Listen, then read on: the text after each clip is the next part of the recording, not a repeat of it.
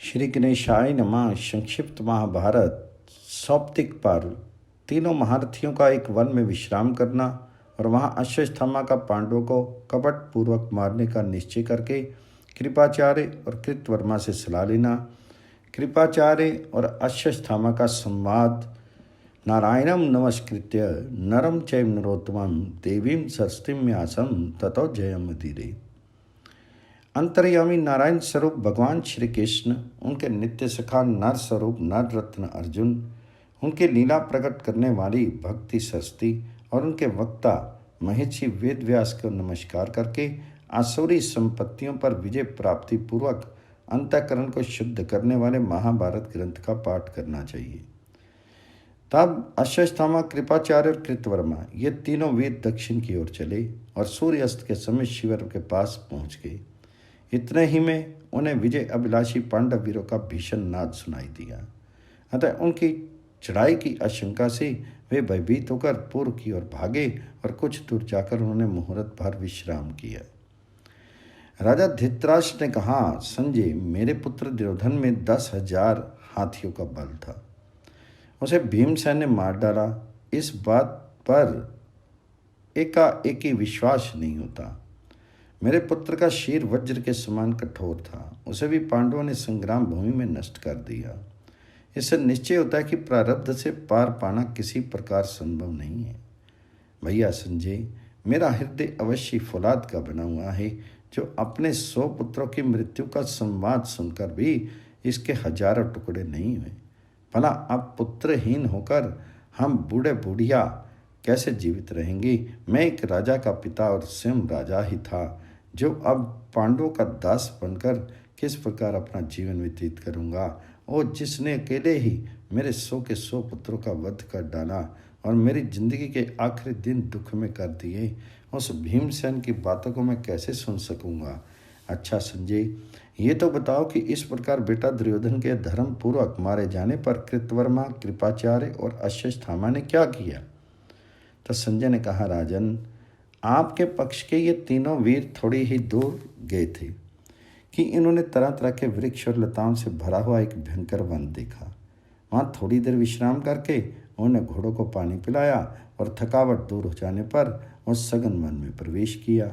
वहाँ चारों ओर दृष्टि डालने पर उन्हें एक विशाल वट वृक्ष दिखाई दिया, जिसकी हजारों शाखाएं सब ओर फैली हुई थी। उस वट के पास पहुंचकर वे महारथी अपने रथों से उतर पड़े और स्नान आदि करके संध्या वंदन करने लगे।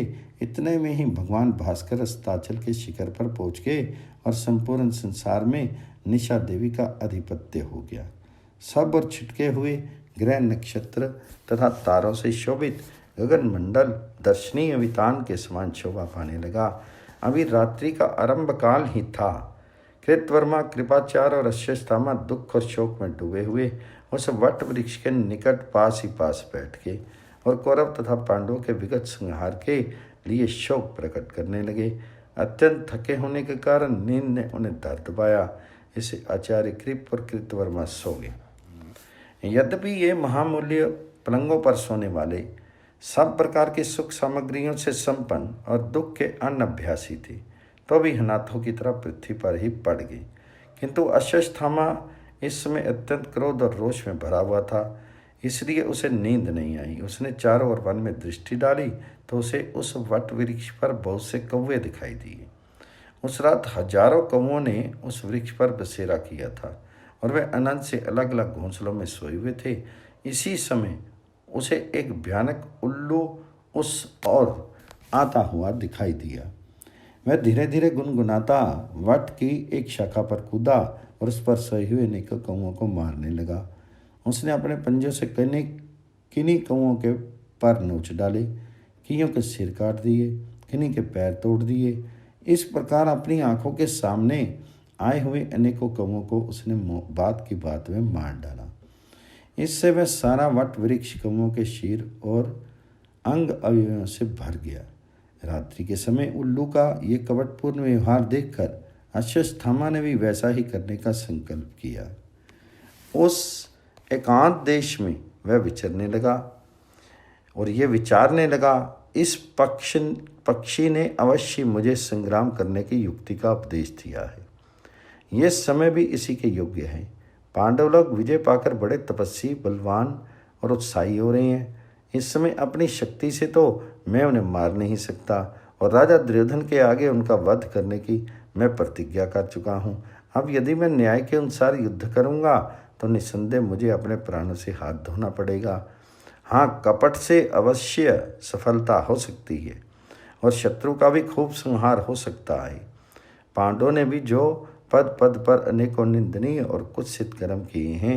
युद्ध के अनुभवी लोगों का ऐसा कथन भी है कि जो सेना आधी रात के समय नींद में बेहोश हो, जिसका नायक नष्ट हो चुका हो, जिसके योद्धा छिन्न भिन्न हो गए हों और जिसमें मतभेद पैदा हो गया हो, उस पर भी शत्रु को प्रहार करना चाहिए। इस प्रकार विचार करके द्रोणपुर ने रात्रि के समय सोते हुए पांडव और पांचाल वीरों को नष्ट करने का निश्चय किया। फिर उसने कृपाचार्य और कृतवर्मा को जगाकर अपना निश्चय सुनाया। वे दोनों महावीर अश्वत्थामा की बात सुनकर बड़े लज्जित हुए। उन्होंने उनका कोई उत्तर नहीं सूझा। तब अश्वत्थामा ने एक मुहूर्त तक विचार करके अश्रु गदगद होकर कहा, महाराज, दुर्योधन 11 अक्षौणी सेना के स्वामी थे। उन्हें अनेकों क्षुद्र योद्धाओं ने मिलकर भीमसेन के हाथ से मरवा दिया। पापी भीम ने एक मूर्ध अभिषिक्त सम्राट के मस्तक पर लात मारी। ये उसका कितना खोटा काम है। पांडवों ने कौरवों का कैसा भीषण संहार किया है कि आज इस महान संहार से हम 3 ही बच पाए हैं। मैं तो इस सब को समय का फेर ही समझता हूँ। यदि मोहवश आप दोनों को की बुद्धि नहीं नष्ट हुई है तो इस घोर संकट के समय हमारा क्या कर्तव्य है, ये बताने की कृपा करें। तब कृपाचार्य ने कहा, महाबाहो, तुमने ये जो बात कही है वह मैंने सुन ली। अब कुछ मेरी बात भी सुन लो। सभी मनुष्य देव और पुरुषार्थ 2 प्रकार के कर्मों में बंधे हुए हैं। इन 2 के सिवा और कुछ नहीं है। अकेले देव या पुरुषार्थ से कार्य सिद्धि नहीं होती है। सफलता के लिए दोनों का सहयोग आवश्यक है। इन दोनों में देव ही फल का निश्चय करके स्वयं उसे देने के लिए प्रवृत्त होता है।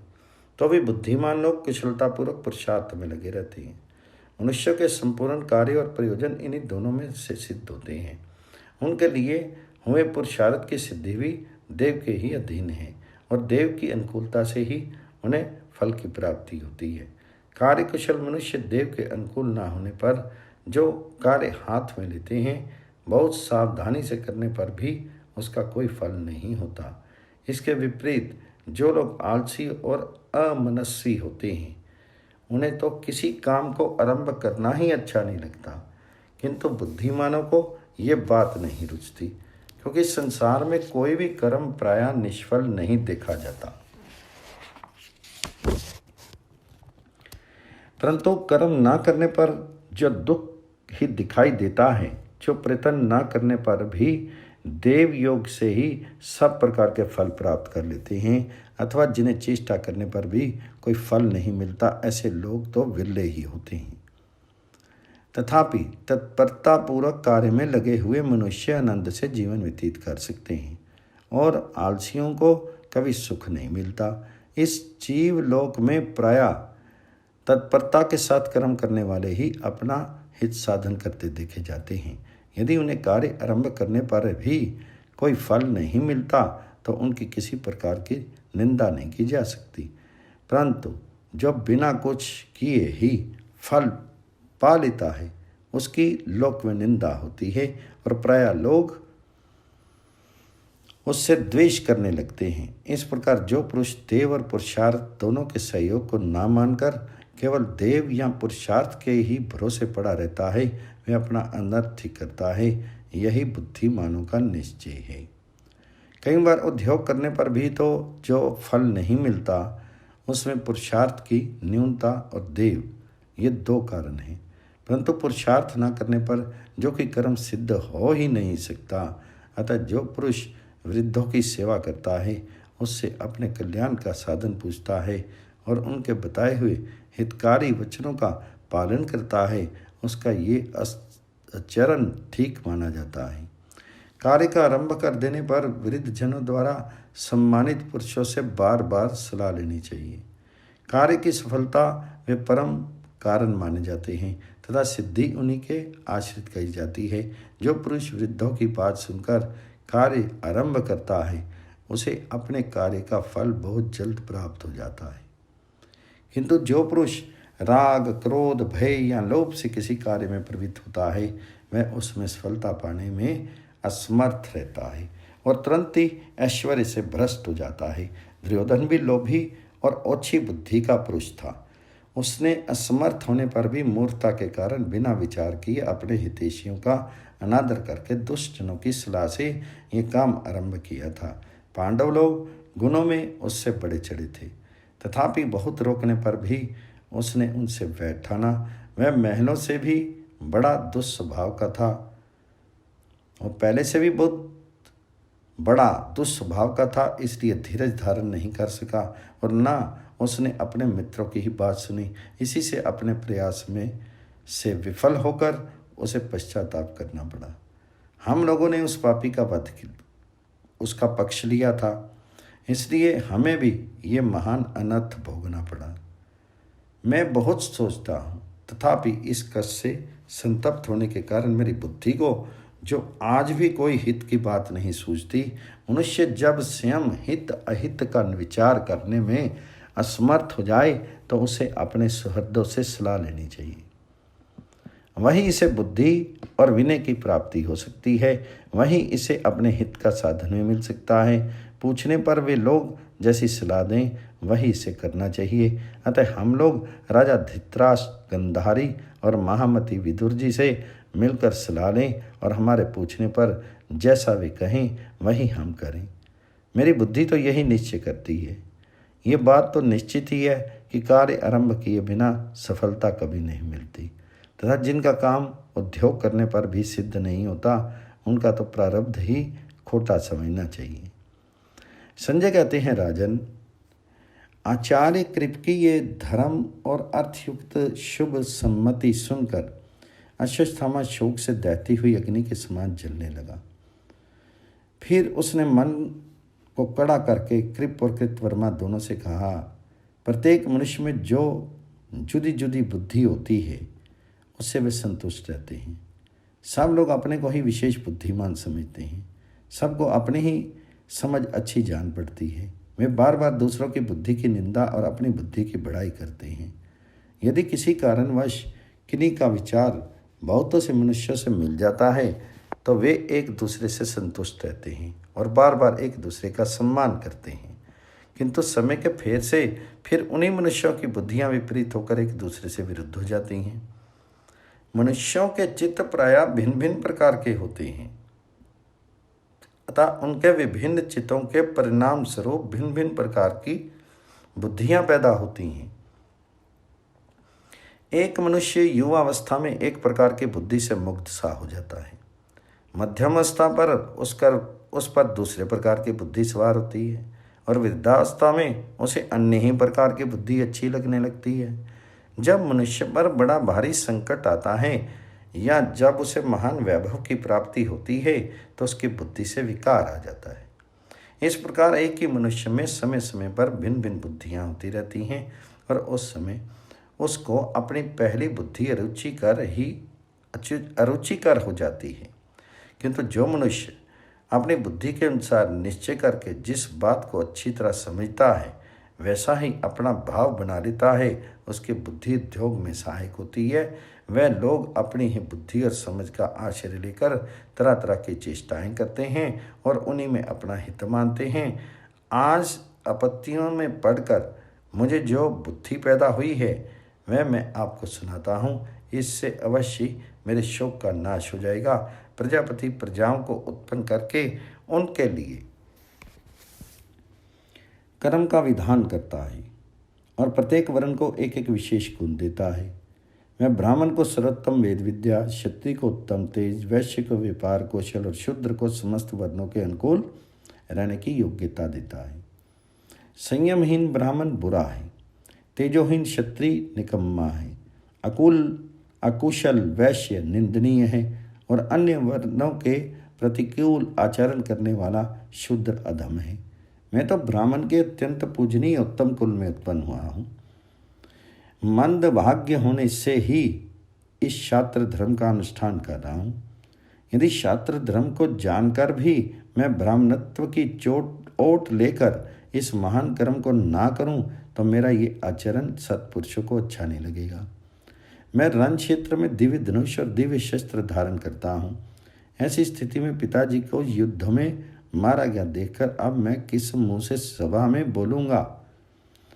अतः आज मैं छात्र धर्म का आश्रय लेकर अपने पिता और राजा दुर्योधन के ही मार्ग का अनुसरण करूँगा। आज विजय श्री से दीप्यमान पांचाल वीर बड़े हर्ष से कवच उतार कर बेकट के सो रहे होंगे। अतः आज रात्रि में उन सोते हों पर ही मैं धावा करूँगा और नींद में बेहोश पड़े हुए उन शत्रुओं को शिविर के भीतर ही तहस नहस कर डालूंगा। तभी मुझे चैन पड़ेगा। दुर्योधन, कर्ण, भीष्म और जयद्रथ ने जो दुर्गम मार्ग पकड़ा है उसी से आज मैं पंचालों को भी भेजकर छोड़ूंगा। आज रात्रि में ही मैं पशु के समान बलात् पंचाल राज धृष्टद्युम्न का सिर कुचल डालूंगा। आज रात्रि में ही मैं अपनी तीखी तलवार से सोए हुए पांचाल और पांडव वीरों के सिर उड़ा दूंगा और आज रात्रि में ही मैं सोई हुई पांचाल सेना को नष्ट करके सुखी और सफल मनोरथ होऊंगा। कृपाचार्य बोले, भैया तुम अपनी टेक से टलने वाले नहीं हो। आज पांडवों से बदला लेने के लिए तुम्हारा ऐसा विचार हुआ है, सो ठीक ही है। कल सवेरा होने पर हम दोनों भी तुम्हारे साथ चलेंगे। आज तुम बहुत देर तक जगते रहे हो, इसलिए आज की रात तो सो लो। इससे तुम्हें कुछ विश्राम मिल जाएगा, तुम्हारी नींद पूरी हो जाएगी और तुम्हारा चित्त भी ठिकाने पर आ जाएगा। इसके बाद यदि तुम शत्रुओं का सामना करोगे तो अवश्य ही उनका वध कर सकोगे। हम लोग भी रात भर सोकर नींद और थकान से छूट जाएं। रात बीतने पर हम शत्रु का संहार करेंगे, फिर जो भी शत्रु हमारा सामना करेगा उसे हम तीनों मिलकर मारेंगे। जब संग्राम भूमि में मेरा और तुम्हारा साथ होगा और कृतवर्मा भी तुम्हारी रक्षा करेगा तो साक्षात इंद्र भी हमारे पराक्रम को सहन नहीं कर सकेगा। भैया, कृतवर्मा और मैं पांडवों को युद्ध में परास्त किए बिना कभी पीछे पांव नहीं रखेंगे। या तो हम संग्राम भूमि में पांडवों के सहित क्रोधातुर पंचालों का संहार करके ही लौटेंगे या वहीं प्राणों की बलि देकर स्वर्ग प्राप्त करेंगे। मैं तुमसे सच सब कहता हूँ, कल हम पूरे उद्योग से संग्राम में तुम्हारी सहायता करेंगे। मामा कृपाचार्य की इस प्रकार हित की बात कहने पर अश्वत्थामा ने क्रोध से आंखें लाल करके कहा, जो पुरुष दुखी है, क्रोध से भरा हुआ है, किसी अर्थ के चिंतन में लगा हुआ है अथवा किसी कार्य सिद्धि की उधेड़ बुन में व्यस्त है, उसे नींद कैसे आ सकती है? आप विचार कीजिए। आज ये चारों बातें मुझे घेरे हुए हैं। मेरी नींद को तो क्रोध ने ही हराम कर दिया है। इन पापियों ने जिस प्रकार मेरे पिताजी का वध किया है वह बात रात दिन मेरे हृदय को जलाती रहती है। इसके कारण मुझे तनिक भी चैन नहीं है। आपने तो ये सब प्रत्यक्ष ही देखा था।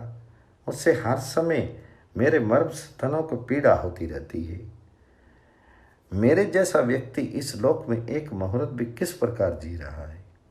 मैंने पंचालों के मुख से द्रोण मारेंगे ये शब्द सुना था, इसलिए जब अब मैं धृष्टद्युम्न को मारे बिना जीवित नहीं रह सकता। राजा दुर्योधन की जिंघाएं टूट गई। उनकी वे दुख भरी बातें सुनकर ऐसा कौन कठोर चित्त है जिसकी आंखों से आंसू नहीं निकलेंगे? मेरे जीवित रहते मेरी मित्र मंडली की ऐसी दुर्दशा हुई, इससे मेरा शोक बहुत ही बढ़ गया है। आजकल मेरा मन एक तार होकर इसी उधेड़ बुन में लगा रहता है। ऐसी स्थिति में मुझे नींद कैसे आ सकती है और सुख भी कैसे मिल सकता है? जिस समय दूतों ने मुझे मित्रों की पराजय और पांडवों की विजय का संवाद सुनाया था, उसी समय मेरे हृदय में आग सी लग गई थी। इसलिए मैं तो आज ही सोए हुए शत्रु का संहार करके विश्राम लूँगा और तभी निश्चिंत होकर सोऊंगा। तो कृपाचार्य ने कहा, अश्वत्थामा, मेरा विचार है कि जिस मनुष्य की बुद्धि ठीक नहीं है और इंद्रियों पर जिसका काबू नहीं है वह धर्म और अर्थ को पूरी तरह से नहीं जान सकता। इसी प्रकार मेधावी होने पर भी जिसने विनय नहीं सीखी वह भी धर्म और अर्थ का निर्णय नहीं समझ सकता। मूर्ख योद्धा बहुत समय तक पंडितों की सेवा में रहने पर भी धर्म का रहस्य नहीं जान सकता।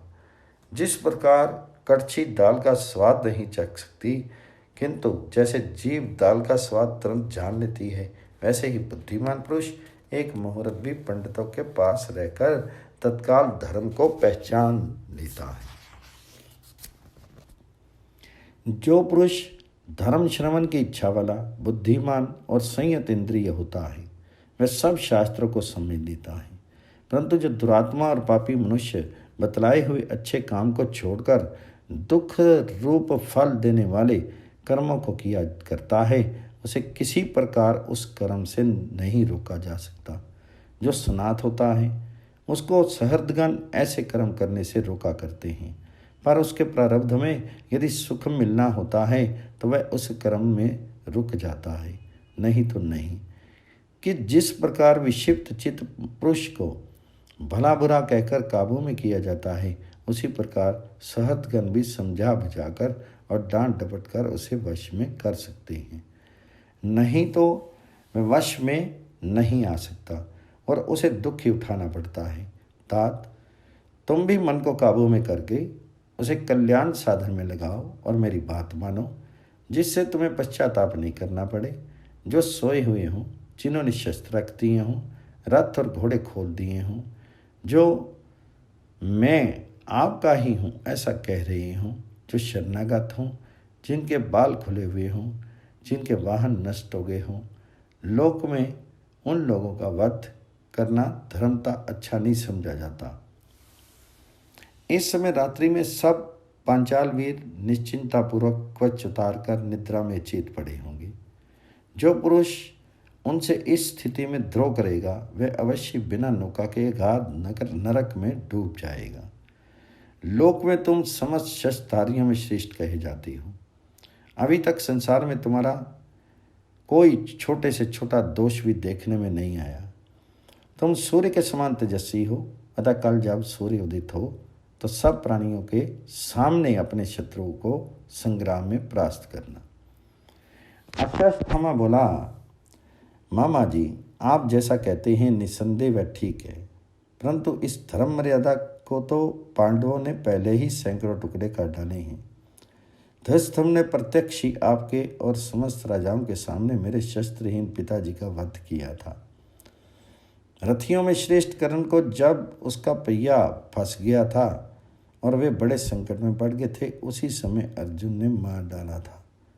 भीष्म पितामह को भी शिखंडी की ओट लेकर अर्जुन ने उसी समय मारा था जब उन्होंने शस्त्र डाल दिए थे और वे सथा निरायुध हो गए थे। वीरवर भूरिश्रवा तो रण क्षेत्र में अनशन व्रत लेकर बैठ गए थे, परंतु सात्की ने सब राजाओं के चिल्लाते रहने पर भी इसी स्थिति में उन्हें मार डाला। महाराज दुर्योधन, वो भी भीमसेन के साथ गदा युद्ध में भिड़कर सब राजाओं के सामने अधर्म पूर्वक ही गिराए गए हैं। इसलिए भले ही मुझे कीट पतंगों की योनि में जाना पड़े, मैं भी अपने पिताजी का वध करने वाले इन पंचालों को रात में सोते हुए मार डालूंगा। मैंने जो काम करने का विचार किया है उसके लिए मुझे बड़ी उतावली हो रही है। इस जल्दबाजी में मुझे नींद कैसे आ सकती है और चैन भी कैसे पड़ सकता है। संसार में ना तो कोई ऐसा पुरुष जन्मा है और ना जन्मेगा ही जो पंचालों के वध के लिए किए हुए मेरे इस विचार को बदल सके। महाभारत के सौप्तिक पर्व में अश्वत्थामा का श्री महादेव जी पर प्रहार, उसका पराभव और फिर आत्मसमर्पण करके उनसे खड्ग प्राप्त करना, अश्वत्थामा के द्वारा पांडव और पंचाल वीरों का संहार। संजय कहते हैं, महाराज कृपाचार्य जी से ऐसा कहकर द्रोण पुत्र अकेला ही अपने घोड़ों को जोतकर शत्रु पर चढ़ाई करने की तैयारी करने लगा। तब उससे कृपाचार्य और कृतवर्मा ने पूछा, तुम रथ किस लिए तैयार कर रही हो? तुम्हारा क्या करने का विचार है? हम भी तो तुम्हारे साथ ही हैं और सुख दुख में तुम्हारे साथ ही रहेंगे। ये सुनकर अश्वत्थामा ने जो कुछ वह करना चाहता था उसे साफ साफ सुना दिया। वह बोला, धृष्टद्युम्न ने मेरे पिताजी को उस स्थिति में मारा था जब उन्होंने अपने शस्त्र रख दिए थे। अतः आज उस पापी पंचाल पुत्र को मैं भी उसी तरह पाप कर्म करके क्वचहीन अवस्था में मारूंगा। मेरा यही विचार है कि उसे शस्त्रों के द्वारा प्राप्त होने वाले लोक नहीं मिलने चाहिए। आप दोनों भी जल्दी ही कवच धारण कर लें, खड्ग तथा धनुष लेकर तैयार हो जाएं तथा मेरे साथ रहकर अवसर की प्रतीक्षा करें। ऐसा कहकर अश्वत्थामा रथ पर सवार हुआ और शत्रुओं की ओर चल दिया। इसके पीछे पीछे कृपाचार्य और कृतवर्मा भी चले। वह रात्रि में ही, जबकि सब लोग सोए हुए थे, पांडवों के शिविर में पहुंचा और उसके द्वार पर जाकर खड़ा हो गया। वहां उसने चंद्रमा और सूर्य के समान तेजस्वी एक विशालकाय पुरुष को दरवाजे पर खड़ा देखा। उस महापुरुष को देखकर शरीर में रोमांच हो जाता था। वह व्याघ्र चरम धारण किए हुए था, ऊपर से मृग चरम मोड़े हुए था तथा सर्पों का यज्ञोपवीत पहने हुए था। उसकी विशाल भुजाओं में तरह तरह के शस्त्र शोभित थे। बाजूबंदों के स्थान में बड़े बड़े सर्प बंधे हुए थे तथा उसके मुख से अग्नि की ज्वालाएं निकल रही थी। उसके मुख, नाक, कान और हजारों नेत्र से भी बड़ी बड़ी लपटें निकल रही थी। उसके तेज की किरणों से शंख, चक्र और गदा धारण करने वाले सैकड़ों हजारों विष्णु प्रकट हो जाते थे। समस्त लोगों को भयभीत करने वाले उस अद्भुत पुरुष को देखकर भी अश्वत्थामा घबराया नहीं, बल्कि उस पर अनेकों दिव्य अस्त्रों की वर्षा सी करने लगा। वह देव अश्वत्थामा के छोड़े हुए समस्त शस्त्रों को निगल गया। ये देखकर उसने एक अग्नि के समान दीप्यमान रथ शक्ति छोड़ी, परंतु वह भी उससे टकरा कर टूट गई। तब अश्वत्थामा ने उस पर एक चमचमाती हुई तलवार चलाई, वह भी उसके शीर में लीन हो गई। इस पर उसने कुपित होकर एक गदा छोड़ी, किंतु वह भी उसे लील गया। इस प्रकार जब अश्वत्थामा के सब शस्त्र समाप्त हो गए तो उसने इधर उधर दृष्टि डाली। इस समय उसने देखा कि सारा आकाश विष्णुओं से भरा हुआ है। शस्त्रहीन अश्वत्थामा ये अत्यंत अद्भुत दृश्य देखकर बहुत ही दुखी हुआ और आचार्य कृप के वचन याद करके कहने लगा, जो पुरुष अप्रिय किंतु हित की बात कहने वाले अपने सहृदयों की सीख नहीं सुनता, वह मेरी ही तरह आपत्ति में पड़कर शोक करता है। जो मूर्ख शास्त्र जानने वालों को की बात का तिरस्कार करके युद्ध में प्रवृत्त होता है, वह धर्म मार्ग से भ्रष्ट होकर कुमार्ग में जाने से उल्टे मुंह की खाता है। मनुष्य को गौ, ब्राह्मण, राजा, स्त्री, मित्र, माता, गुरु, दुर्बल, मूर्ख, अंधे, सोए हुए, डरे हुए, नींद से उठे हुए, मतवाले, उन्मत्त और असावधान पुरुषों पर हथियार नहीं चलाने चाहिए। गुरुजन ने पहले ही से सब पुरुषों को ऐसी शिक्षा दे रखी है, किंतु मैं उस शास्त्रीय सनातन मार्ग का उल्लंघन करके उल्टे रास्ते से चलने लगा था। इसी से इस घोर आपत्ति में पड़ गया हूँ। जब मनुष्य किसी काम को आरंभ करके भय के कारण उसे बीच ही में छोड़ देता है, तो बुद्धिमान लोग इसे उसकी मूर्खता ही कहते हैं। इस समय इस काम को करते हुए मेरे आगे भी ऐसा ही भय उपस्थित हो गया है। यूँ तो द्रोण पुत्र किसी प्रकार युद्ध से पीछे हटने वाला नहीं है, परंतु ये महाभूत तो मेरे आगे विधाता के दंड के समान आकर खड़ा हो गया है। मैं बहुत सोचने पर भी इसे कुछ समझ नहीं पाता हूँ।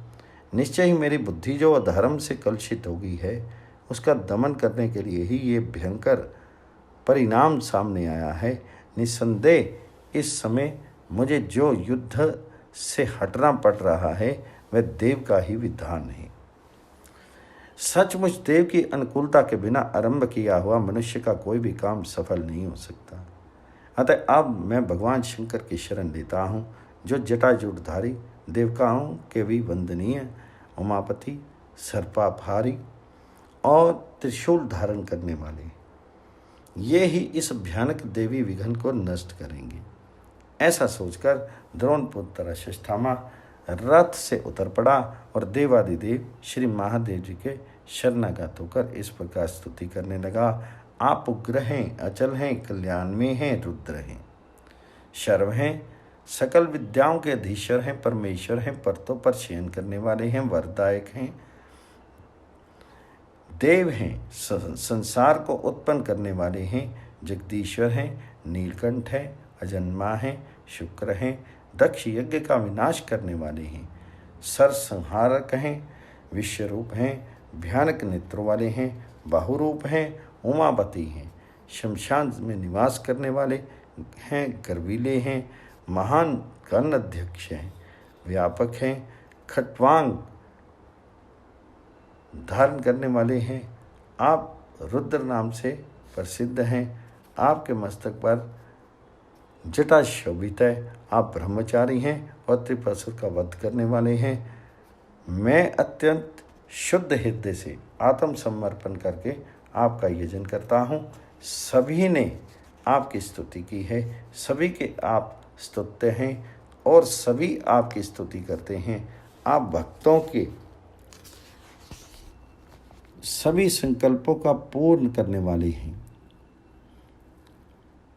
गजराज के चरम से शोभित हैं, रक्तवर्ण हैं, नीलग्रीव हैं, असह्य हैं, शत्रुओं के लिए दुर्जय हैं, इंद्र और ब्रह्मा की भी रचना करने वाले हैं, साक्षात पर ब्रह्म हैं, व्रतधारी हैं, तपोनिष्ठ हैं, अनंत हैं, तपस्वियों के आश्रय हैं, अनेक रूप हैं, गणपति हैं, त्रिनयन हैं, अपने पार्षदों को प्रिय करना वाले हैं, धनेश्वर हैं, पृथ्वी के मुख स्वरूप हैं, पार्थी जी के प्राणेश्वर हैं, स्वामी कार्तिक के पिता हैं, पीतवर्ण हैं, वृषवाहन हैं, दिगंबर हैं।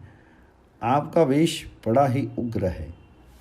आप पार्थी जी को विभूषित करने में तत्पर हैं, ब्रह्मा आदि से श्रेष्ठ हैं, प्रातपर हैं। क्या आपसे श्रेष्ठ कोई नहीं है? आप उत्तम धनुष धारण करने वाले हैं, संपूर्ण दिशाओं की अंतिम सीमा हैं, सब देशों के रक्षक हैं, सर में कवच धारण करने वाले हैं। आपका स्वरूप दिव्य है तथा आप अपने मस्तक पर आभूषण के रूप में चंद्रकला को धारण करने वाले हैं। मैं अत्यंत समाहित होकर आपकी शरण लेता हूँ। यदि आज मैं इस दुष्टर आपत्ति के पार हो गया तो समस्त भूतों के संघात रूप इस शीर को बलि देकर आपका यजन करूँगा। इस प्रकार अश्वत्थामा का दृढ़ निश्चय देकर उनके सामने एक स्वर्ण में वेदी प्रकट हुई। उस वेदी में अग्नि प्रज्वलित हो गई। उससे बहुत से गण प्रकट हुए। उनके मुख और नेत्र दैदीप्यमान थे। वे अनेकों सिर, पैर और हाथों वाले थे। उनकी भुजाओं में तरह तरह के रत्न जड़ित आभूषण शोभित थे तथा वे ऊपर की ओर हाथ उठाए हुए थे। उनके शीर द्वीप और पर्वतों के समान विशाल थे। वे सूर्य, चंद्रमा, ग्रह और नक्षत्रों के सहित संपूर्ण ध्युलोक को धाराशायी करने की शक्ति रखते थे तथा उनमें जरायु, जंडज, सेदज और उद्भिज चारों प्रकार के प्राणियों का संहार करने की शक्ति थी। उन्हें किसी प्रकार का भय नहीं था। वे इच्छा अनुसार आचरण करने वाले थे तथा तीनों लोकों के ईश्वरों के भी ईश्वर थे। वे सदा आनंदमग्न रहते थे। वाणी के अधीश्वर हैं, मत्सरहीन थे तथा ऐश्वर्य पाकर भी उन्हें अभिमान नहीं था। उनके अद्भुत कर्मों से श्रद्धा भगवान शंकर भी चकित रहते थे तथा वे मन, वाणी और कर्मों द्वारा श्रद्धा उनकी आराधना करते थे। इससे भगवान शंकर भी श्रद्धा अपने औरस पुत्रों के समान उसकी रक्षा करते थे। ये सब भूत बड़े ही भयंकर थे। इनको देखने से तीनों लोग भयभीत हो सकते थे, तथापि महाबली अश्वत्थामा इन्हें देखकर डरा नहीं। अब उसने स्वयं अपने आप को ही बलि रूप से समर्पित करना चाहा। इस कर्म को संपन्न करने के लिए उसने धनुष की समिधा, बाणों को दर्भ और अपने शीर को ही हावी बनाया। उसने सोम देवता का मंत्र पढ़कर अग्नि में अपनी आहुति देनी चाहिए। उस समय वह हाथ जोड़कर भगवान रुद्र की इस प्रकार स्तुति करते लगा। विश्वात्मन, इस आपत्ति के समय आपके प्रति अत्यंत भक्ति भाव से मैं समाहित होकर ये भेंट समर्पित करता हूँ। आप इसे स्वीकार कीजिए। समस्त भूत आप में स्थित हैं। आप संपूर्ण भूतों में स्थित हैं तथा आप ही मुख्य मुख्य गुणों के एकता होती है। विभो, आप समस्त भूतों के आश्रय हैं। यदि इन शत्रु का प्रभाव मेरे द्वारा नहीं हो सकता तो आप भविष्य रूप से अर्पण किए हुए शरीर को स्वीकार कीजिए। द्रोणपुत्र अश्वत्थामा ऐसा कहकर उस अग्नि में दीप्यमान वेदी पर चढ़ गया और अपने प्राणों का मोह छोड़कर आग के बीच में आसन लगाकर बैठ गया। उसे हवि रूप में उधर बाहु होकर निश्चेष्ट बैठे देखकर भगवान शंकर ने हंसकर कहा, श्री कृष्ण ने सत्य, शोच, सरलता, त्याग, तपस्या, नियम, क्षमा, भक्ति, धैर्य, बुद्धि और वाणी के द्वारा मेरी यथोचित आराधना की है, इसलिए उनसे बढ़कर मुझे कोई भी प्रिय नहीं है। पांचालों की रक्षा करके भी मैंने उन्हीं का सम्मान किया है, किंतु कालवश अब ये निस्तेज हो गए हैं, अब इनका जीवन शेष नहीं है। ऐसा कहकर भगवान शंकर ने अश्वत्थामा को एक तेज तलवार दी और अपने आप को उसी के शीर में लीन कर दिया। इस प्रकार उनसे आविष्ट होकर अश्वत्थामा अत्यंत तेजस्वी हो गया। संजय कहते हैं, राजन, अब द्रोणपुत्र अश्वत्थामा ने शिविर में प्रवेश किया और कृपाचार्य के त्वरमा दरवाजे पर खड़े हो गए। उन्हें अपने साथ देने के लिए तैयार देखकर अश्वत्थामा को बड़ी प्रसन्नता हुई और उसने उनसे धीरे से कहा, आप दोनों यदि तैयार हो जाएं तो सभी शत्रु का संहार कर सकते हैं। फिर निद्रा में पड़े हुए इन बचे खुचे योद्धाओं की तो बात ही क्या है। मैं शिविर के भीतर जाऊंगा और काल के समान मार काट मचा दूंगा। आप लोग ऐसा करें जिससे कोई भी आपके हाथों से जीवित बचकर नहीं जा सके। ऐसा कहकर द्रोणपुत्र पांडवों के उस विशाल शिविर में द्वार से ना जाकर बीच से घुस गया। उसे अपना लक्ष्य धृष्टद्युम्न के तंबू का था। उसको उस तंबू का पता था, इसलिए वह चुपचाप वहीं पहुंच गया। वहां उसने देखा कि सब योद्धा युद्ध में थक जाने के कारण अचेत होकर सोए पड़े हैं। उनके पास ही एक रेशमी शैया पर उसे धृष्टद्युम्न सोता दिखाई दिया। तब अश्वत्थामा ने उसे पैर से ठुकराकर जगाया।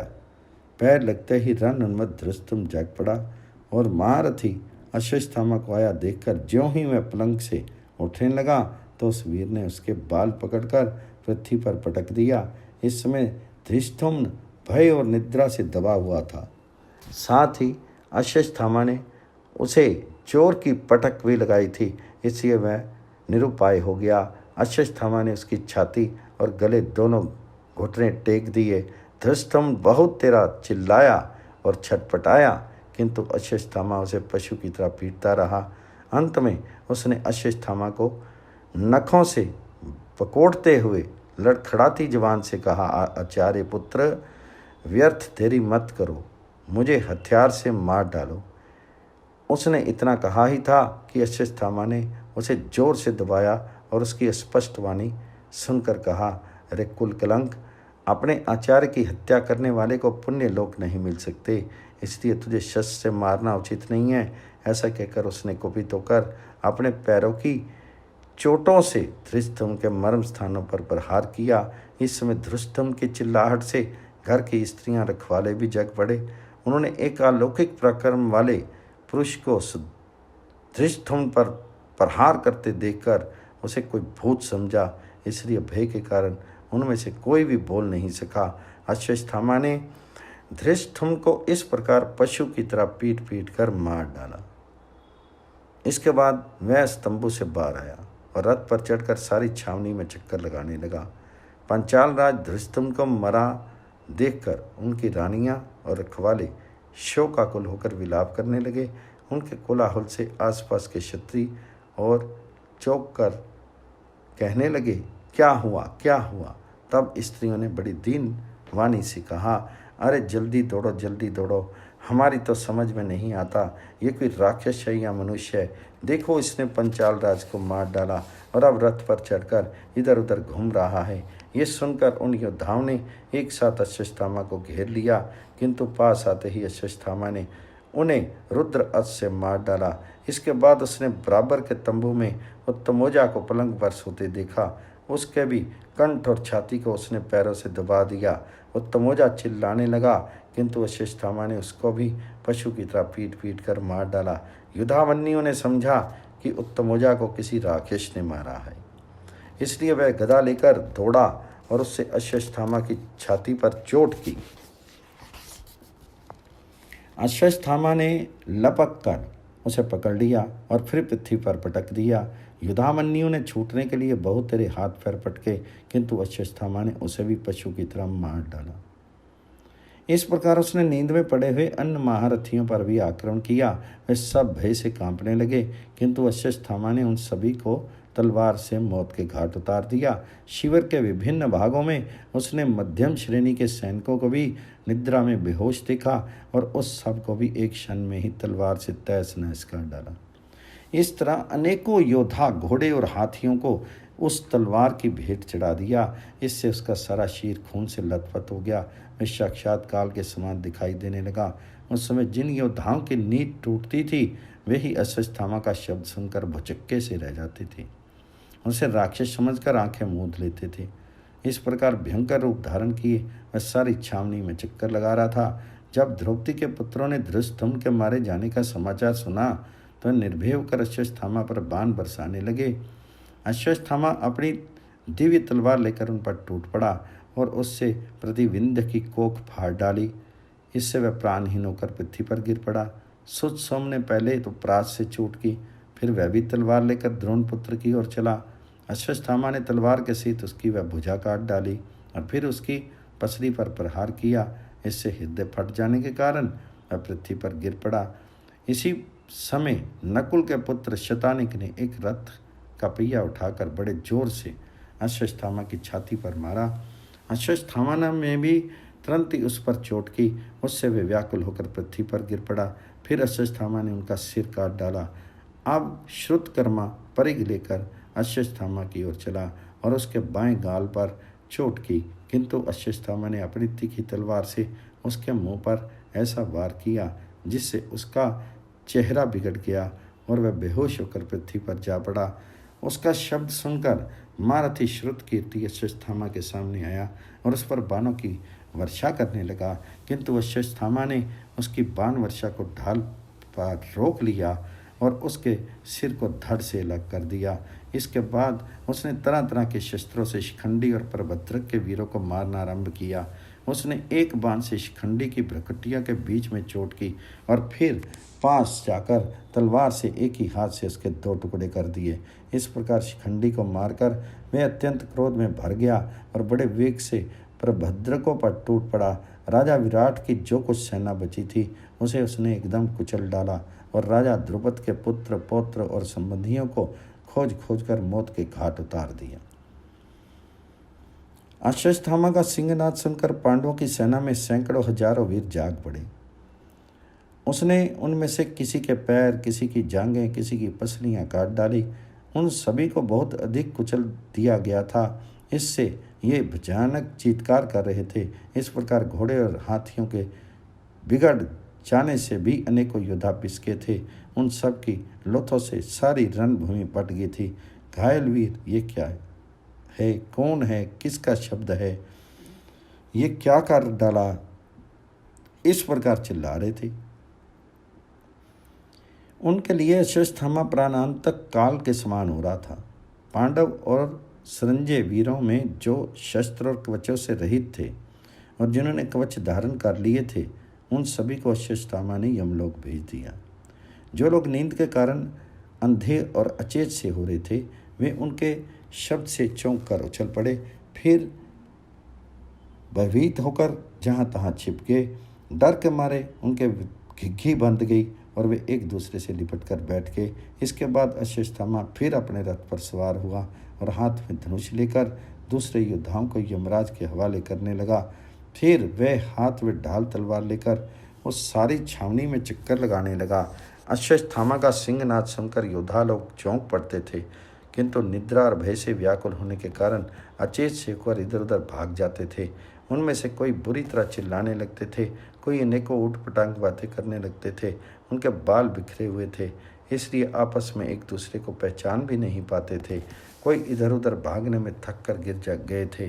किन्हीं को चक्कर आ रहा था, किन्हीं का मलमूत्र निकल गया था। हाथी और घोड़े रस्से तुड़ाकर सब और गड़बड़ी करते दौड़ रहे थे। कोई डर के मारे पृथ्वी पर पड़कर छिप रहते थे, किंतु हाथी घोड़े उन्हें पैरों से खून डालते थे। इस प्रकार बड़ी ही गड़बड़ी मची हुई थी। लोगों के इधर उधर दौड़ने से बड़ी धूल छा गई, जिससे उस रात्रि के समय शिविर में दूना अंधकार हो गया। उस समय पिता पुत्रों को और भाई बंधुओं को नहीं पहचान पाते थे। हाथी हाथियों पर और बिना सवार के घोड़े घोड़ों पर टूट पड़े तथा एक दूसरे पर चोटें करते घायल होकर पृथ्वी पर लौटने लगे। बहुत से लोग निद्रा में चेत पड़े थे। वे अंधेरे में उठकर आपस में ही आघात करके एक दूसरे को गिराने लगे। देववश उनकी बुद्धि नष्ट हो गई थी। वे हाँ था पुत्र इस प्रकार चिल्लाते हुए अपने बंधु बांधवों को छोड़कर इधर उधर भागने लगे। बहुत से तो हाय हाय करते पृथ्वी पर गिर गए। अनेकों वीर यंत्र और कवचों के बिना ही शिविर से बाहर जाना चाहते थे। उनके बाल खुले हुए थे, वे हाथ जोड़े भय से थर थर कांप रहे थे। जो तो भी कृपाचार्य और कृतवर्मा ने शिविर से बाहर निकलने पर किसी को जीवित नहीं छोड़ा। उन दोनों ने अश्वत्थामा को प्रसन्न करने के लिए शिविर के 3 ओर आग लगा दी। इससे सारी छावनी में उजाला हो गया और उनकी सहायता से अश्वत्थामा हाथ में तलवार लेकर सब ओर घूमने लगा। इस समय उसने अपने सामने आने वाले पीठ दिखाकर भागने वाले दोनों के प्रकार के योद्धाओं को तलवार के खाट उतार दिया। किन्हीं किन्हीं को उसने तिल के पौधे के समान बीच ही से 2 करके गिरा दिया। इसी प्रकार उसने किन्हीं के शस्त्र सहित भुजदंडों को, किन्हीं के सिरों को, किन्हीं की जंघाओं को, किन्हीं के पैरों को, किन्हीं की पीठ को, किन्हीं के पसलियों को तलवार से उड़ा दिया। इस प्रकार उसने किसी का मुंह फेर दिया, किसी को कर्णहीन कर डाला, किन्हीं के कंधे पर चोट करके उनका सिर शीर से घुसेड़ दिया। इस प्रकार वह अनेकों वीरों का संहार करता शिविर में घूमने लगा। उस समय अंधकार के कारण रात बड़ी भयावनी हो रही थी। हजारों मरे और अधमरे मनुष्यों से तथा अनेकों हाथी घोड़ों से पटी हुई पृथ्वी को देखकर हृदय कांप उठता था। लोग हाहाकार करते हुए आपस में कह रहे थे, भाई आज पांडवों के पास न रहने से ही हमारी ये दुर्गति हुई है। अर्जुन को तो असुर, गंधर्व, यक्ष और राक्षस कोई भी नहीं जीत सकता, क्योंकि साक्षात श्री कृष्ण उनके रक्षक हैं। 2 घड़ी बाद वह सारा कोलाहल शांत हो गया। सारी भूमि खून से तर हो गई। इसलिए एक क्षण में ही वह भयानक धूल दब गई। अश्वत्थामा ने क्रोध में भरकर ऐसे हजारों वीरों को मार डाला जो किसी प्रकार प्राण बचाने के प्रयत्न में लगे हुए थे। एकदम घबराए हुए थे, जिनमें तनिक भी उत्साह नहीं था, जो एक दूसरे से लिपट कर पड़ गए थे, शिविर छोड़कर भाग रहे थे, छिपे हुए थे तथा किसी प्रकार लड़ रहे थे। उनमें से भी किसी को उसने जीवित नहीं छोड़ा। जो लोग आग में झुलस जाते थे और जो आपस में ही मार काट कर रहे थे, उन्हें भी उसने यमराज के हवाले कर दिया। राजन, इस प्रकार उस आधी रात के समय द्रोण पुत्र ने पांडवों की उस विशाल सेना को बात ही बात में यमलोक पहुंचा दिया। पो फटते ही अश्वत्थामा ने शिविर से बाहर आने का विचार किया।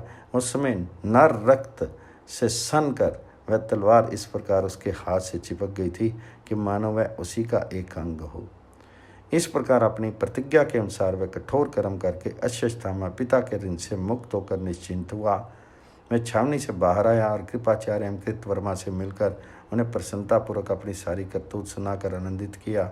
वे भी अश्वत्थामा का ही प्रिय करने में लगे हुए थे, अतः उन्होंने भी ये सुनाकर कि हमने यहाँ रहकर हजारों पांचाल और संजय वीरों का संहार किया है, उसे प्रसन्न किया।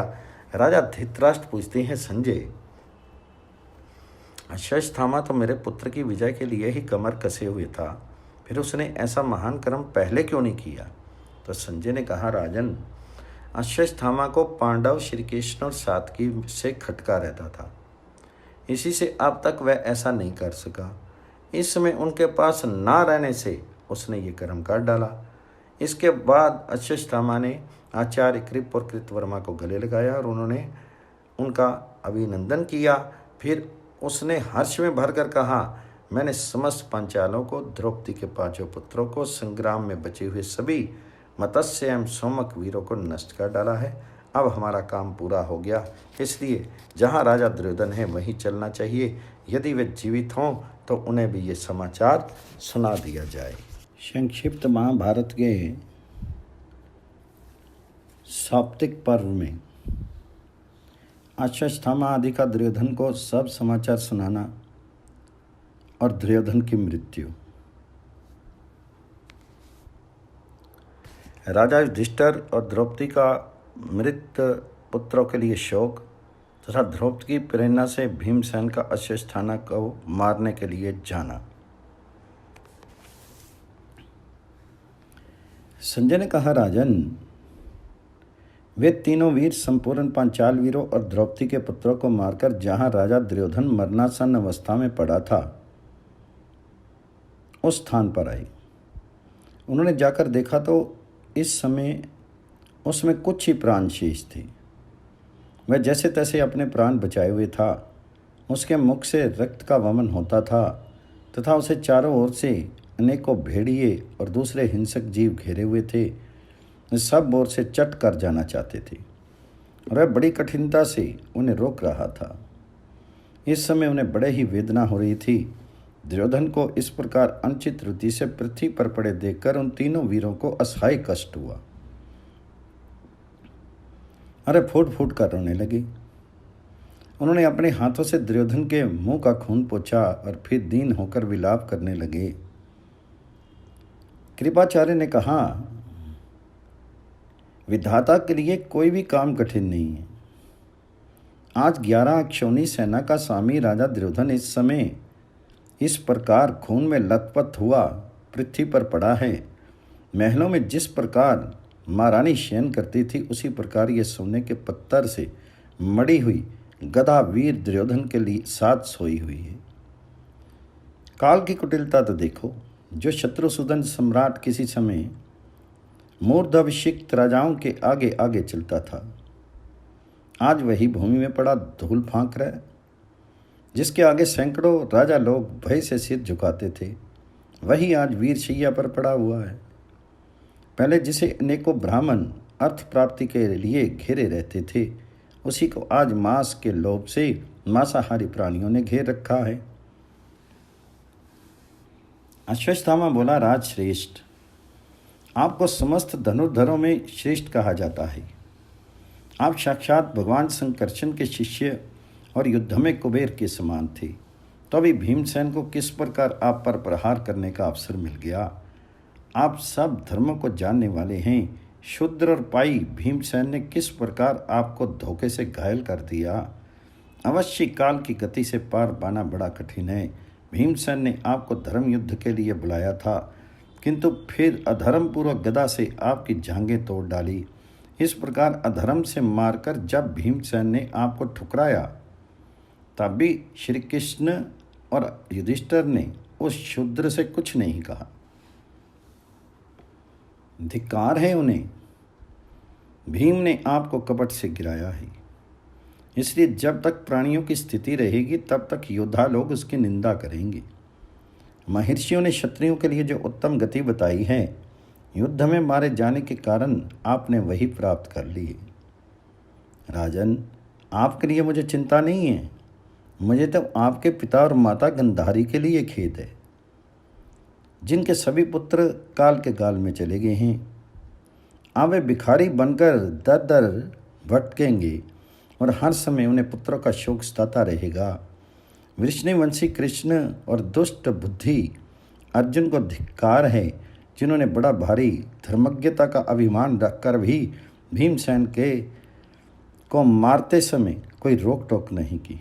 ये निर्लज पांडव भी किस प्रकार कहेंगे कि हमने ऐसे ऐसे दुर्योधन को मारा था। गंधारी नंदन, आप धन्य हैं जो युद्ध में वीर गति को प्राप्त हुई। महारथी कृपाचार्य कृतवर्मा और मुझे धिक्कार है जो आप जैसे महाराज के साथ स्वर्ग नहीं सिधार रहे हैं। हम जो आपका अनुसरण नहीं कर रहे हैं, इसे यही जान पड़ता है कि एक दिन आपके सुकृतों का स्मरण करते करते हमें यूं ही मर जाएंगे। स्वर्ग या अर्थ, इनमें से कोई हमारे हाथ नहीं लगेगा। ना जाने हमारा ऐसा कौन सा कर्म है जो हमें आपका साथ देने से रोक रहा है। तब तो निस्संदेह हमें बड़े दुख से इस पृथ्वी पर अपने दिन काटने पड़ेंगे। राजन, आपके ना रहने पर हमें शांति और सुख कैसे मिल सकते हैं? आप स्वर्ग सिधार रहे हैं, वहाँ सब महारथियों से आपकी भेंट होगी ही। उन सब की ज्येष्ठता और श्रेष्ठता के अनुसार आप मेरी ओर से पूजा करें। पहले आप समस्त धनुर्धरों के ध्वजारोप आचार्य जी का पूजन करें। उन्हें सूचना दें कि आज अश्वस्थामा ने धृष्टद्युम्न को मार डाला है। फिर महाराज वाहनीक, महारथी जयद्रथ, सोमदत्त, भूरिश्रवा तथा और भी जो वीर पहले स्वर्ग पहुंच चुके हैं, उनका मेरी ओर से आलिंगन करें और उनसे कुशल पूछें। राजन, यदि आप में कुछ प्राण शक्ति मौजूद हो तो मेरी एक बात सुनिए, इससे आपके कानों को बड़ा आनंद मिलेगा। अब पांडवों के पक्ष में वे पांचों भाई श्री कृष्ण और सात्विकी, ये 7 वीर बचे हैं, और हमारी ओर मैं, कृतवर्मा और आचार्य कृप, ये 3 बाकी हैं। द्रौपदी के सब पुत्र, धृष्टुम्न के बच्चे तथा समस्त पांचाल और युद्ध में बचे हुए मत्स्य वीरों का सफाया कर दिया गया है। पांडवों को जो बदला चुकाया गया है उस पर ध्यान दीजिए। अब उनके भी बच्चे मार दिए गए हैं। आज उनके शिविर में जितने योद्धा और हाथी घोड़े थे उन सभी को मैंने तहस नहस कर दिया है। आज पापी धृष्टुम्न को भी मैंने पशु की तरह पीट पीट कर मार डाला है। दुर्योधन ने जब अश्वत्थामा की ये मन को प्यारी लगने वाली बात सुनी तो उसे कुछ चेत हो गया और वह कहने लगा, भाई, आज आचार्य कृप और कृतवर्मा के सहित जो काम तुमने किया है वह तो भीष्म कर्ण और तुम्हारे पिताजी भी नहीं कर सके। तुमने शिखंडी के सहित सेनापति धृष्टुम्न को मार डाला। इससे आज निश्चय ही मैं अपने को इंद्र के समान समझता हूँ। तुम्हारा भला हो, अब स्वर्ग में ही हमारी तुम्हारी भेंट होगी। ऐसा कहकर मनस्वी दुर्योधन चुप हो गया और अपने सहृदय को दुख में छोड़कर उसने अपने प्राण त्याग दिए। उसने स्वयं पुण्य धाम स्वर्गलोक में प्रवेश किया और उसका शरीर पृथ्वी पर पड़ा रहा। राजन, इस प्रकार आपके पुत्र दुर्योधन की मृत्यु हुई। वह रणांगन में सबसे पहले गया था और सबसे पीछे शत्रु द्वारा मारा गया। मरने से पहले दुर्योधन ने 3 वीरों को गले लगाया और उन्होंने भी उनका आलिंगन किया। अश्वत्थामा के मुख से ये करुणाजनक संवाद सुनकर मैं शोकाकुल होकर दिन निकलते ही नगर में चला आया। इस प्रकार आप ही की खोटी सलाह से ये कौरव और पांडवों का भीषण संहार हुआ है। आपके पुत्र का स्वर्गवास होने से मैं अत्यंत शोकार्त हो गया हूँ। अब व्यास जी की कृपा से प्राप्त हुई मेरी दिव्य दृष्टि नष्ट हो गई है। वैशंपायन जी कहते हैं, राजन, महाराज धृतराष्ट्र इस प्रकार पुत्र की मृत्यु का संवाद सुनकर एकदम चिंता में डूब गए और लंबे लंबे गर्म सांस लेने लगे। वैशंपायन जी कहते हैं, वे रात बीतने पर धृष्टुम्न के सारथी ने राजा युधिष्ठिर को शिविर में सोए हुए वीरों के संहार की सूचना दी। उसने कहा, महाराज, राजा द्रुपद के पुत्रों के सहित सब द्रौपदी पुत्र शिविर में निश्चिंत होकर बेखबर सोए हुए थे। वे सभी मार डाले गए। आज रात्रि में क्रूर कृतवर्मा, कृपाचार्य और पापी अश्वत्थामा ने आपके सारे शिविर को नष्ट कर डाला है। इन्होंने प्रास, शक्ति और फरसों से हजारों योद्धाओं तथा हाथी घोड़ों को काटकर आपकी सेना का संहार कर डाला है। कृतवर्मा कुछ व्यग्रचित्त था, इसलिए सारी सेना में से एक मैं ही किसी प्रकार बचकर निकल आया हूँ। सात्विकी ये अमंगलवाणी सुनकर कुंती नंदन युधिष्ठिर पुत्र शोक से व्याकुल होकर पृथ्वी पर गिर पड़े। उस समय सात्विकी, भीमसेन, अर्जुन और नकुल सहदेव ने उन्हें संभाला। चेत होने पर वे विलाप करते हुए कहने लगे, हम तो शत्रु को जीत चुके थे, किंतु आज उन्होंने हमें जीत लिया। हमने भाई, समवयस्क, पिता, पुत्र, मित्र, बंधु, मंत्री और पुत्रों की हत्या करके जो जय प्राप्त की, किंतु इस प्रकार जीत कर भी आज हम जीत लिए गए। कभी कभी अनर्थ अर्थ का ज्ञान पड़ता है तथा अर्थ सी दिखाई देने वाली वस्तु अनर्थ के रूप में परिणित हो जाती है। इसी प्रकार हमारी ये विजय पराजय सी हो गई है और शत्रुओं की पराजय भी विजय सी हो गई है। इन मनुष्यलोक में प्रमाद से बढ़कर मनुष्य की कोई मृत्यु नहीं है। प्रमादी मनुष्य को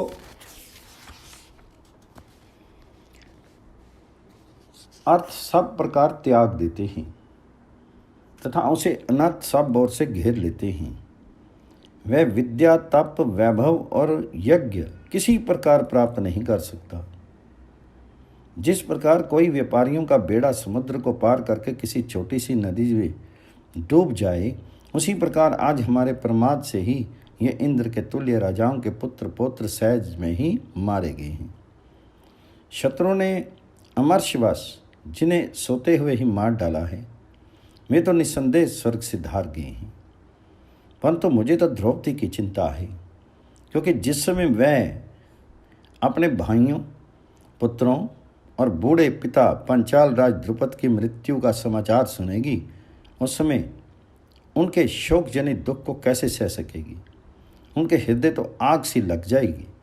इस प्रकार अत्यंत दीनता से विलाप करते करते वे नकुल से कहने लगे, भैया तुम जाओ और मंदभागिनी द्रौपदी को उनके मातृपक्ष के स्त्रियों सहित यहाँ ले लाओ। धर्मराज की आज्ञा पाकर नकुल रथ पर सवार होकर उस डेरे की ओर गया जहाँ पंचाल राज की महिलाएं महारानी द्रौपदी थी।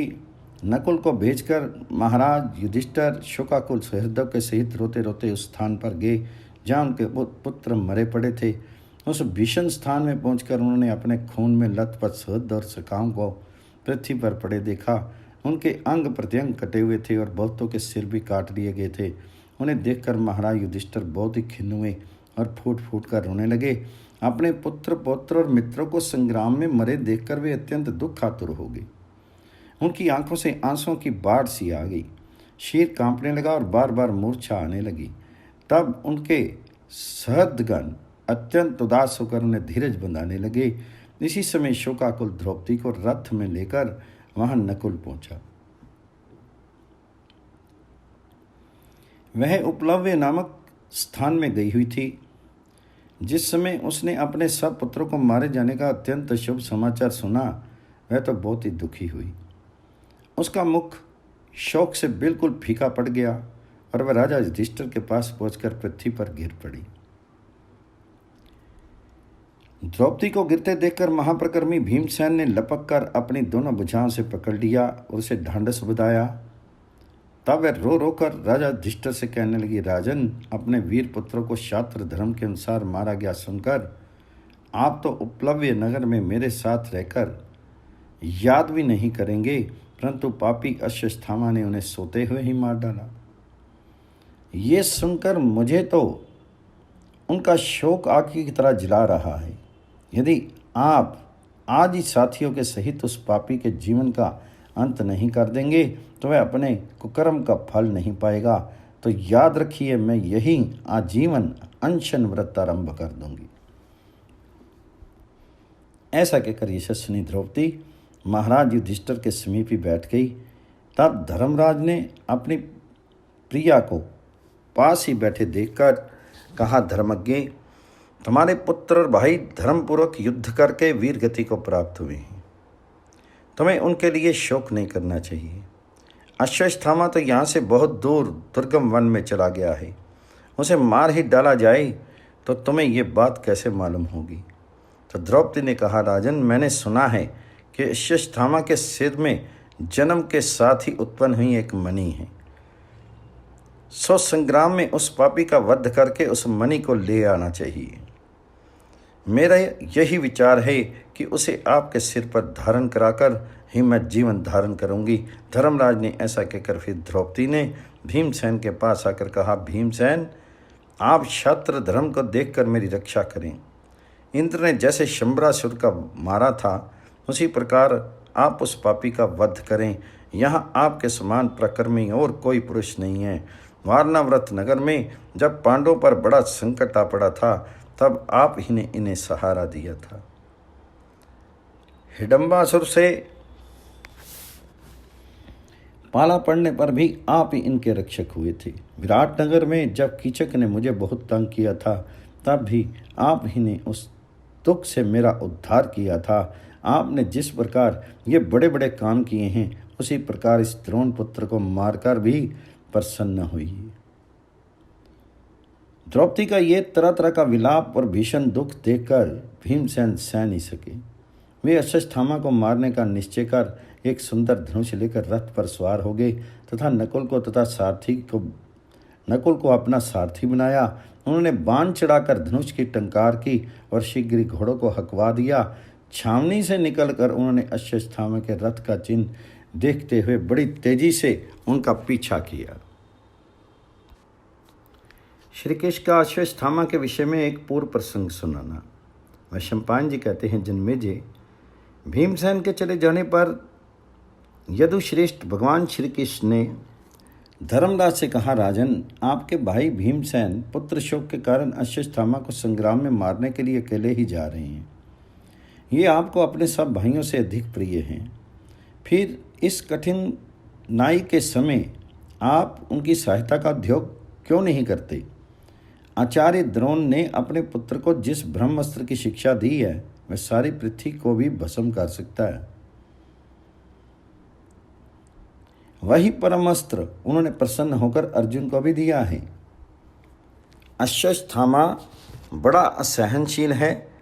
उसने तो अकेले अपने आप को ही इसे सिखाने की प्रार्थना की थी। आचार्य इसकी चपलता ताड़ गए थे और उन्होंने इसे ये आदेश दिया था कि भैया, बहुत बड़ी आपत्ति में पड़ जाने पर भी तुम इसका प्रयोग मत करना। विशेषतः मनुष्यों पर तो तुम्हें इसे छोड़ना ही मत, क्योंकि मैं देखता हूँ कि तुम सत्पुरुषों के मार्ग पर स्थिर रहने वाले नहीं हो।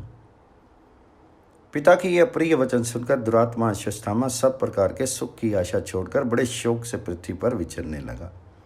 एक बार जिस समय आप लोग वन में थे, ये द्वारका में आकर विष्णु वंशियों के साथ रहा था और उन्होंने इनका बड़ा सत्कार किया था। एक दिन इसने एकांत में मेरे पास अकेले ही आकर कहा, कृष्ण, मेरे पिताजी ने बड़ी भीषण तपस्या करके अगस्त जी से जो ब्रह्मास्त्र प्राप्त किया था, वह इस समय जैसा उनके पास है वैसा मेरे पास भी है। सो यदुश्रेष्ठ, आप मुझसे वह दिव्य अस्त्र लेकर अपना चक्र मुझे दे दीजिए। तब मैंने कहा, देखो, ये मेरे धनुष, शक्ति, चक्र और गदा पड़े हैं, तो इनमें से जो जो अस्त्र लेना चाहो वही मैं तुम्हें देता हूँ। तुम जिसे उठा सको, जिसका युद्ध में प्रयोग कर सको, वही अस्त्र ले लो, और मुझे जो अस्त्र देना चाहते हो वह भी मत दो। तब इसने मेरे साथ स्पर्धा करते हुए 1000 अरों वाला और वज्र की नाभि वाला मेरा लोहे का चक्र लेना चाहा। मैंने कहा, ले लो। इसने उछलकर बाएं हाथ से उसे उठाने का प्रयत्न किया, परंतु उस स्थान से उसे टस से मस नहीं कर सका। फिर उसे दाएं हाथ से उठाने की चेष्टा करने लगा, किंतु पूरा प्रयत्न करने पर भी जब ये उसे उठाने या चलाने में समर्थ नहीं हो सका तो अत्यंत उदास होकर हट गया। जब अपने उद्देश्य में असफल होकर ये निराश हो गया और इसे बहुत खेद हुआ, तो मैंने पास बुलाकर कहा, जिनकी ध्वजा में वानर का चिन्ह शोभित है, वह गांडीवधारी अर्जुन, देवता और मनुष्य सभी में सम्मानित हैं। उसने द्वंद्व युद्ध में देवादिदेव नीलकंठ, उमापति भगवान शंकर को भी संतुष्ट कर दिया था। उससे बढ़कर संसार में मुझे कोई भी पुरुष प्रिय नहीं है। किंतु जैसा तुम कह रहे हो वैसी बात तो कभी उसने भी मुंह से नहीं निकाली। मैंने 12 वर्ष तक कठोर ब्रह्मचर्य व्रत का पालन करते हुए हिमालय में भीषण तपस्या करके ये अस्त्र पाया था। साक्षात सनत कुमार जी ही प्रदम्मन रूप से मेरी सहधर्मिणी रुक्मिणी के गर्भ से उत्पन्न हुए हैं। किंतु जिस चक्र को तुम मांग रहे हो उसे तो कभी उन्होंने भी नहीं मांगा। महाबली बलराम जी तथा गद और साम ने भी इसे लेने की इच्छा कभी प्रकट नहीं की। तुम भरतवंश के आचार्य द्रोण के पुत्र हो और सभी यादव तुम्हारा सम्मान करते हैं, फिर इस चक्र को लेकर तुम किसके साथ युद्ध करना चाहते हो? मैंने इस प्रकार कहा तो अश्वत्थामा कहने लगा, कृष्ण, मैं आपका पूजन करके फिर आपके ही साथ युद्ध करूंगा। भगवान, मैं सच कहता हूं, मैंने आपके इस देवता और दानवों से पूजित चक्र को इसलिए मांगा है जिससे कि मैं अजय हो जाऊं, किंतु अब मैं अपनी दुर्लभ कामना को पूर्ण किए बिना ही यहाँ से चला जाऊंगा। आप केवल इतना कह दीजिए कि तेरा कल्याण हो। इस भयंकर चक्र को वीर शिरोमणि आप ही ने धारण कर रखा है। इसके समान संसार में दूसरा कोई चक्र नहीं है और इसे धारण करने की शक्ति भी आपके सिवा और किसी में नहीं है। ऐसा कहकर अश्वत्थामा मुझसे रथ में जोतने योग्य घोड़े और तरह तरह के रत्न लेकर चला गया। ये बड़ा क्रोधी, दुष्ट, चंचल और क्रूर स्वभाव वाला है तथा इसे ब्रह्मास्त्र का भी ज्ञान है। इसलिए इस समय भीमसेन की रक्षा करना बहुत आवश्यक है।